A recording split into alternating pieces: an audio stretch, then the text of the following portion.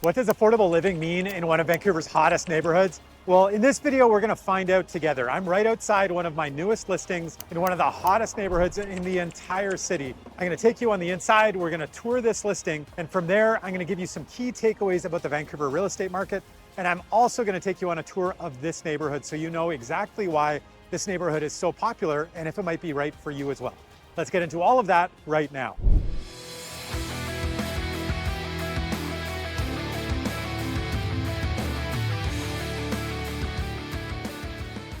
Hey, it's Sebastian Albrecht from the Living in Vancouver, BC team, and welcome back to the channel. Thank you so much for joining me every single week. If you're new here, this channel is all about moving to and living in Vancouver, and I put out videos just like this one every single week. This week, as I said, we're exploring an affordable option in one of Vancouver's hottest neighborhoods, and this listing is at 211-3624 Fraser Street. It's in the middle of the Fraserhood, one of Vancouver's most popular neighborhoods, and definitely popular amongst a younger demographic and a family demographic. So I'm really excited about sharing this with you and exploring this listing. There are some things about this listing that I do have to point out. It's 2 bedrooms, 1 bath. It's very basic. It's very original condition. It is an estate sale as well, which means that the original owner has passed away. So there's all sorts of things about this that I think are important to explain. Some of the great features about it are that it is a corner suite. It's got lots of windows and light coming in from 2 different sides. I think that's really important. We'll be talking about that. There is a parking stall that comes with this suite. Not every suite in Vancouver comes with parking anymore, and that is really key. This building also is just 29 units. So it's one of those smaller stratas, which comes with some pros and cons, and we're gonna talk about those in the takeaways. And it is built in 1996. The exterior of the building had some work done in 2000, and some of the building was rain screened, which again is some of the key takeaways that we're gonna be talking about the real estate market in Vancouver a little bit later. And it's just shy of 800 square feet. So for a 2 bedroom, 1 bath, this is really good size. It has a parking spot. It does not have a storage locker, but what it does have is a little bit of an in-suite storage space here with the in-suite laundry. It's still being cleaned out a little bit, but you can see that the in-suite laundry is right here, and that is really, really important. If you don't have a storage locker, you definitely want in-suite storage, and that's what you get here. So that is fantastic. So this is the primary bedroom back here. And I didn't turn on this light just yet, but when you're doing showings, you always want to have the lights on, right? But this is the main bathroom, the only bathroom. And over here, we have the primary bedroom. Great big bedroom, good size, nice big window. This is east facing and north facing. And we actually have 2 closets here. One little mini one. This is his closet, and that is the hers closet, I always joke. But that would be the case in my household anyways. I guess it's case dependent, I understand. And you can see that we're not in an area where there are tons of buildings. And behind us, there are single family residential. And this building itself was built in 1996. So as popular as this neighborhood is, this is one of the older buildings in this area in terms of condos. So there's a lot of stuff, and I'm gonna show you outside, but there's a lot of new construction in this neighborhood. You can see the kitchen. It's a bit of a galley kitchen. It's tucked in out of the way, which a lot of people do like. Very original condition, but you do have a newer fridge, you have a dishwasher over there, and you have a stove with hood fan, all things that are very, very important. And then over here, you have that second bedroom. And I think this is where this listing really wins out, because so many listings priced around this price point in this area are just gonna be 1 bedroom. So a lot of people that, you have a home office, you're working from home, it's you and your wife living on your own, well, you'd like a home office. This is a perfect home office. Great windows on 2 sides, tons of light coming in. But of course, if you have kids one day or want the possibility of having children one day and you don't want to move, well, this is kind of ideal, right? Or maybe you just have guests. So there's lots of people that are looking for more than just a 1 bedroom. They might be in that 1 bedroom range, but this is one of those opportunities that really allows people to get into the 2 bedroom bracket without really paying those 2 bedroom prices. And we are going to talk a little bit more about that when we talk about some of the takeaways from this listing. Notice big living space. There's even an area for a dining room. So this kind of size isn't always available. And more often around this size, around 800 square feet, you are gonna have either 2 bedrooms and 2 baths. There's gonna be less room for living, essentially. So sometimes people don't really think about that or don't think it through. And you can get these 2 bedrooms and 2 baths these days that are closer to 600 square feet, and it feels really, really cramped. One of the nice things here, because it is a little bit older, is that you have space to grow and have fun and live your life. And then of course, we also have a balcony right here. This is north facing, so if that building wasn't there, you'd have a really nice view of the mountains, but of course the building is there. This isn't a side that you're gonna get direct sunlight, but you do have an outdoor space, whether it's for growing some plants or for having a barbecue or just enjoying a coffee on a Sunday morning. That is the tour of the suite. And from here, we're gonna talk about some key takeaways about the Vancouver real estate market before we get into a tour of the Fraserhood, which is a neighborhood that is really, truly close to my heart. I love it. I think it's a fantastic neighborhood. And I'm really, really excited to get outside and talk about just why it is such an amazing neighborhood. All right, so there was a listing. I mean, obviously it's nothing incredibly flashy. It's in original condition, it's a little bit older. Those are big reasons why it is priced where it is. But there's a few other things that you need to know. In this case, it is, as I mentioned, an estate sale. So as a buyer, this is one of those rare exceptions or situations where the seller will have a condition to sale, a subject in any offer. They have to make sure that the property clears probate. And if you're looking as a buyer at a property that is an estate sale, you need to make sure that the property can actually be sold. And that's what it means to clear probate. In this particular case, it might take as long as 3 months before probate is cleared. And again, that's not an ideal situation for a lot of buyers, so it has to be reflected to some degree in the price because you're asking for them to take on an inconvenience. In this particular case, luckily, this property is in a very popular neighborhood. So we believe that there's enough demand for many of the buyers to overlook that inconvenience. But it is important to note when there is an estate sale and you're a buyer looking at an estate property, you need to make sure that probate is cleared or that at least probate has been applied for and probate is looking and it's sort of a rough estimate as to when probate is likely to occur. And in this case, that's something that not every agent is asking me, but it's important information for every single buyer that is looking at this property. So the age of this building also raises a bit of concern and a little bit of a red flag if I was helping a buyer. As I mentioned, it's built in 1996. And from the early 80s to the late 90s, we have an issue, an era in Vancouver's real estate market called the leaky condo era. And so anything built in that era could be of concern. Essentially, they were built using a building code that wasn't appropriate for our weather. And as a result, they had issues and there was a solution to the problems that occurred. And that solution was building with rain screen technology. So anything that is built from the year 2000 onwards, essentially in Vancouver's market, is a building that will be rain screened if it needs to be rain screened. Solid concrete buildings, as an example, don't need to be. But this is a wood frame building. It was built in 1996. And looking at it, however, it does appear that it's not original. And doing some research looking at the strata documents, I discovered that in the year 2000, the building was reconditioned. So they redid the exterior of the building and they applied vinyl siding to many of the parts of the building that had stucco. Now that building has no stucco whatsoever, and those areas that they added the vinyl to were rain screened. But there is some original vinyl on that building. And there is also there is an engineering report looking at the building saying some parts of the building aren't working the way that they're supposed to. So the idea is they are planning on doing some work, some targeted work on some parts of that building. And again, this is part of the reason that this is a more affordable option and why we priced it the way we did. If it was a brand new building or the entire building had been reclad and the exterior had been redone, we would be asking a more significant amount of money for a space of that size, a 2-bedroom. So it is reflected in the price. It is something that any buyer that is looking at the property will be aware of because they will get the documents and they'll have an opportunity to review those documents and then decide for themselves whether they're comfortable moving forward or not. And when you are looking at purchasing a condo, that is one of the really critical steps. You want an inspection, you want to have a good realtor that understands the market and the types of construction and the risks involved and who can advise you appropriately. And you also want a chance to review the strata documents, and any engineering reports that have been done on that building in recent years will be part of those documents. So you'll be able to do your due diligence and understand what you're getting into. There is no building that has no issues. It's just essentially like owning a car.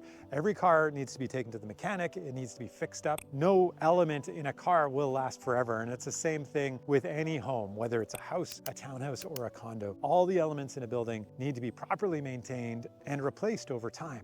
So some buildings will have had that work done more recently, and some buildings will not have had that work done yet. And that's something as a buyer you want to understand when you're looking at purchasing a property. So reviewing those strata documents is incredibly important. So one of the things to be aware of in this particular unit, its strata fee is $692. It's gone up pretty substantially in the last couple of years. I think it's about 25%. As the building sort of is getting to a point where they understand that there's some work that they need to be doing, and they just want to be in a solid financial position. So this particular building with just 29 units has $215,000 in its contingency reserve fund. It has a depreciation report from 2021, and it has a building envelope condition assessment done in 2022. There's a lot of work that they've been doing on the building, making sure that they're in good position. And so one of the reasons that they have a higher maintenance fee, $692 for an 800 square foot 2-bedroom, it's not incredibly high, but it's definitely not low. We are seeing more and more that strata fees are rising in Metro Vancouver as buildings understand how they need to be properly managed. And so I'm finding that this is much more the case, that for the most part, we're looking at strata fees somewhere in the 60 cent per square foot up to about $1 per square foot, and even $1 a square foot, and we're shy of that with this unit, isn't incredibly unusual. It'll depend on the age, it'll depend on the amenities, and it'll depend on the kind of work they've done and how much money they've saved. So in this strata's position, what they've decided in recent years, let's make sure that we're saving enough money to do the work that we know is upcoming. This building is getting a little bit older, it's not brand new, so let's make sure we take care of our investment. And I think, to me, that is an indication that the building, they're not sticking their head in the sand, they understand that they need to maintain it, and that is a better run building than a building that keeps those maintenance fees down incredibly low. You want them to be not overspending, of course, but you want them to be aware that there's money that needs to be spent, and spending that money on maintaining the building and the critical aspects of the building that will maintain your investment. So keep an eye on maintenance fees. You don't want that overspending, but you also don't want buildings that are underspending, and they are definitely not maintaining the investment. So there is sort of a middle ground there that you want to be looking at, and it'll be a case-by-case basis. Your realtor, when you're looking at purchasing a property, will help you understand that. So there's a couple things about this unit that make it a little bit special. One is that it's 2 bedrooms and 1 bath and that 800 square feet, but also that it is a corner unit. I really always love corner units. I think the bowling ball type of layout bowling alley, it's not actually a bowling ball, but the bowling alley type of layout for a condo isn't great. It means that you really only have one side where light can come from and air can flow, and that's often not really enough. Those units can get really hot in the summer, no matter what side of the building they're on, but they can also lack a lot of light, especially if there's a covered balcony or if it's on the north side of the building. So when you're on the corner, you get the benefit of more windows, more light. You can open windows, you can open doors and get airflow through the unit. And so I find even in the hottest summer days, all you might need is a fan rather than an actual air conditioner. But when you own an apartment that is just facing one direction, especially if it's west facing and on a higher floor in Vancouver, because of the length of time it takes the sun to set in the summer, not in the winter. It goes very quickly in the winter. But in the summer, it means that the sun is just really beating down on that side of the building, and those units definitely need an air conditioner. And then going back to that 2-bedroom, 1-bath idea, it is unusual that you have these, and more often than not, they're being built as 2-bedroom, 2-bath now, and more often than not, they are around 700 square feet or less in newer construction. So this is still a little bit bigger. It offers you a little more space. And if that second bedroom isn't necessary, say for a teenager, if it's more just like for some extra living space or a guest suite or a a home office or something along those lines, then it can be a way that you can save a little bit of money from buying a full 2-bedroom, 2-bath to purchase a 2-bedroom, 1-bath. That's a lot better than living in a 1-bedroom and den where, that den probably isn't gonna have any windows and it's definitely not gonna have a closet. It's basically just gonna be a storage room, and that's really not the same. So there's features with this particular listing that I think are gonna make it particularly popular aside from its location. Another little point of strategy, when you're looking at purchasing in Vancouver, some listings will be able to take offers right away, and some others will set what we call an offer deadline. This is determined by a document that the seller signs called an IDRPO, basically a direction for the presentation of offers. This, once it's set, cannot be changed. They have to commit, either take offers as they come or set a very specific date. But what you can do as the listing agent, it doesn't have to be posted immediately. It can be posted within 24 hours of your listing going up. So in this particular case, initially I didn't have one. I thought, well, I'm not really sure how strong the market is here and what the appeal of this particular listing is going to be, but let's list the property and then see what happens. Well, I listed and then I noticed a lot of activity. There were a lot of inquiries. In fact, people were booking appointments right away and also asking for strata documents. So as a listing agent and understanding what this means, I thought it was very important that we set an offer deadline right away. And so we have done that. We've set that offer deadline to be roughly a week after the property was listed. So we listed on a Monday, and the following Tuesday at 3 p.m. we're going to be accepting offers. So anybody that is seeing it over the next little while is going to understand if they want to write an offer, they have an opportunity to do some due diligence. They have an opportunity to view the property. They don't have to worry if they can't make it on Wednesday that they're going to be able to take their time and see it on a Saturday or the Sunday, the open houses that I'm doing, to make sure that it's a property that they're comfortable with, to be able to bring their partner or their parents to help them make the right decision for the property. So in all, it benefits my client, of course, because the opportunity then is that we get a broader exposure for the property and more people coming to see it. But it also gives an opportunity for buyers to really make sure that they're making the right decision and to take their time in making that decision. Nobody's feeling rushed about it. So if you are looking at property in Vancouver, one of the questions you want to ask is there an offer deadline? Are you accepting offers as they come? And if you are thinking about listing a property, you want to have that discussion with your listing agent as well. What is the approach on the offers and when are you going to be accepting them? What are they thinking is the plan there? That's really, really critical when you're listing and when you're buying. This listing is vacant, and this is becoming increasingly an issue in our market as some of the rules have changed around tenants in particular. So I have found that if a property is tenanted, right now it's almost impossible to get it sold. It's a huge roadblock in terms of getting a property sold when the market has been weaker in the last few months or so. Vacant properties are much easier to deal with. So people view them online and see that they're vacant and target them as being listings that are just easier to deal with. We don't have to wait for the owner to go and find another property, and we also don't have to wait for a tenant to be given proper notice. And so in terms of tenants right now, that's an even more problematic issue because they have to be given 3 full months notice. So right now it's mid-November or just towards the end of November. We are on the 20th of November, in fact. So if somebody saw it today and made an offer that had subjects in it, usually they'd have a week to remove those subjects. They could do that. They would have time to do that before the end of the month and have the deal go firm towards the end of the month. And at that point, you are legally allowed to request vacant occupancy and give notice to the tenant. So you would have that ability if you saw the property right now and this place was tenanted, which it's not. But if you're looking at a tenanted property, you would have to wait all of December, January, February. So the earliest that you could possibly take possession would be March 1st. And that is a hell of a long time to wait, of course, if you're eager to get in.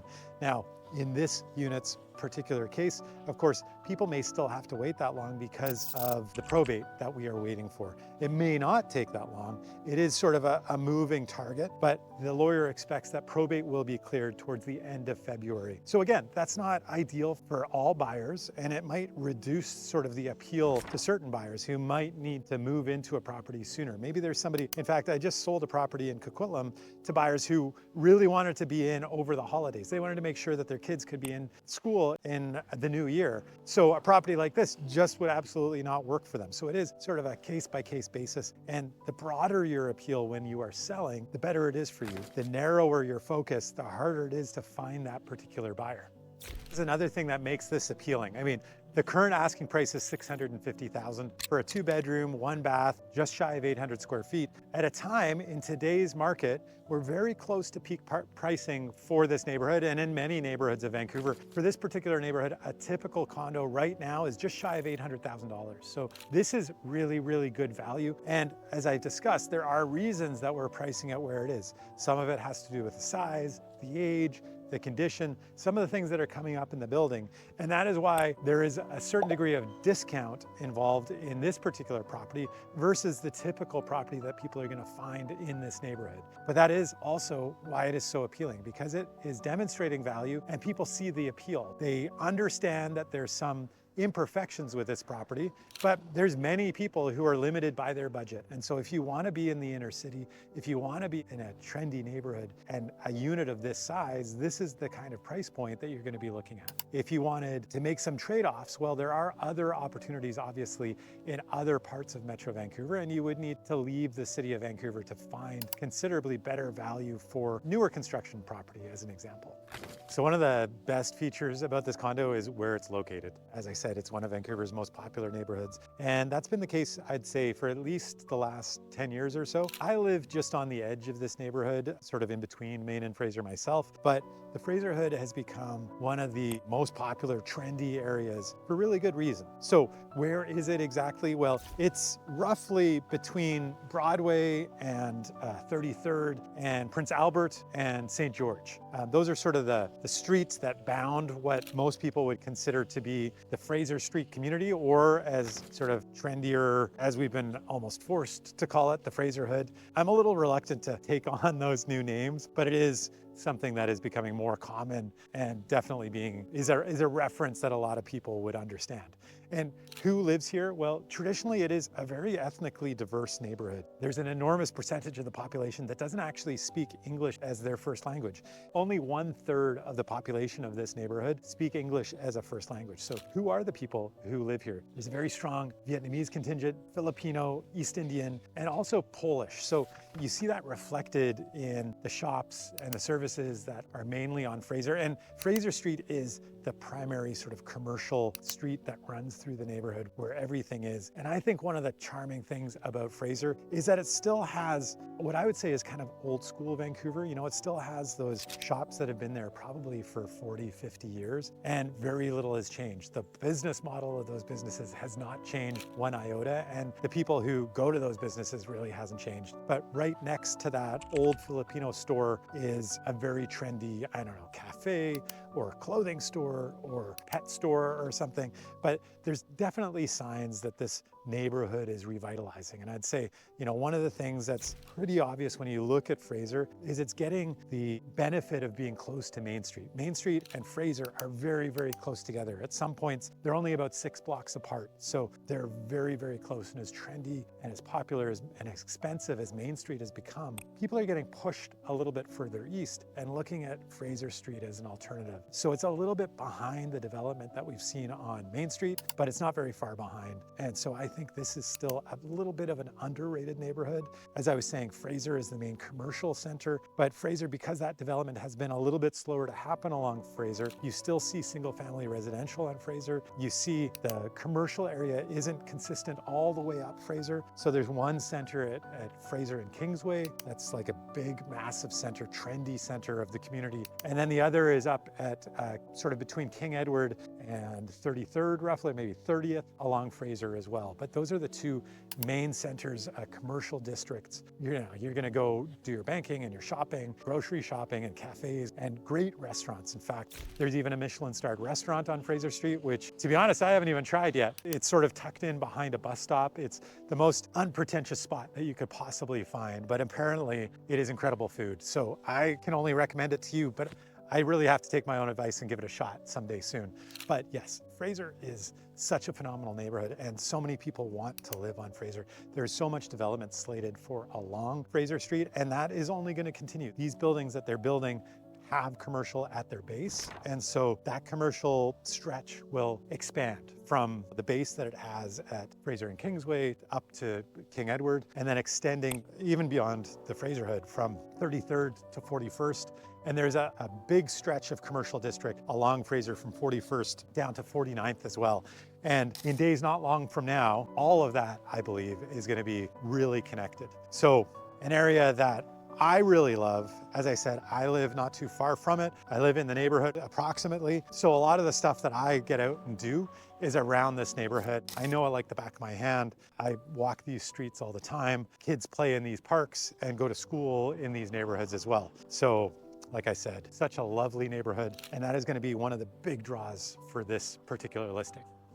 So then what's the context of the market right now as I list this property? Well, the market has been really soft for definitely feels like a very long time, but certainly in the last couple of years. There have been some ups and downs, but there's a lot of changes that have been implemented in our market. And then of course we had the interest rates peak and then slowly come down and then come up a little bit. I mean, at this point, it's pretty clear that interest rates are declining. So what is going on in the market right now? Well, it's very clear that the market is seeing some kind of rebound.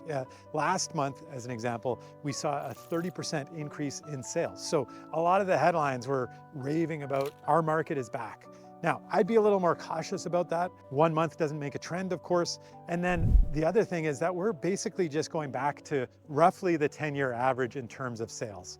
But one thing we weren't seeing in the last little while is demand. We had increasing levels of supply and demand was falling, not increasing, even as interest rates started to decline. The first 2 interest rates earlier this year saw demand still decrease. Our market, in fact, only got worse. However, what we saw last month was a half-point decline in the interest rate, and that appears to have made a difference. And I am seeing that myself just anecdotally in the market, where suddenly first-time buyers and investors are much more active.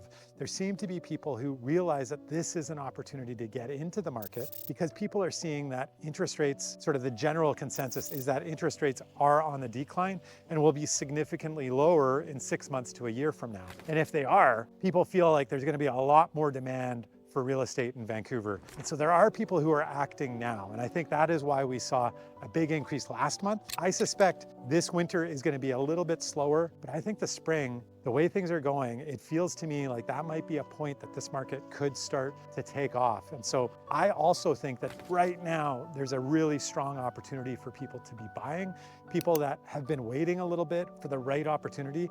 This very well could be that opportunity.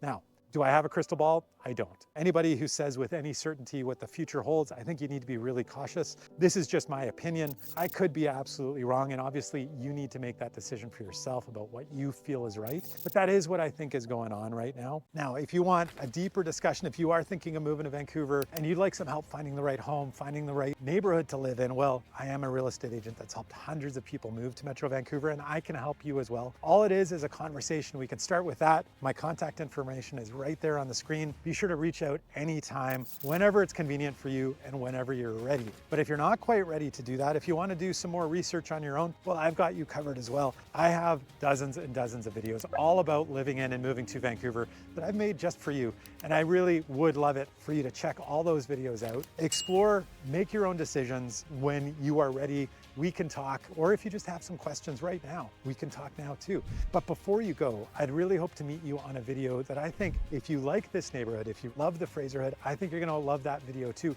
It's all about Riley Park, and that's that video right there, a vlog tour of Riley Park. Be sure to check that video out. Thank you so much for watching, and I'll see you on next week's video.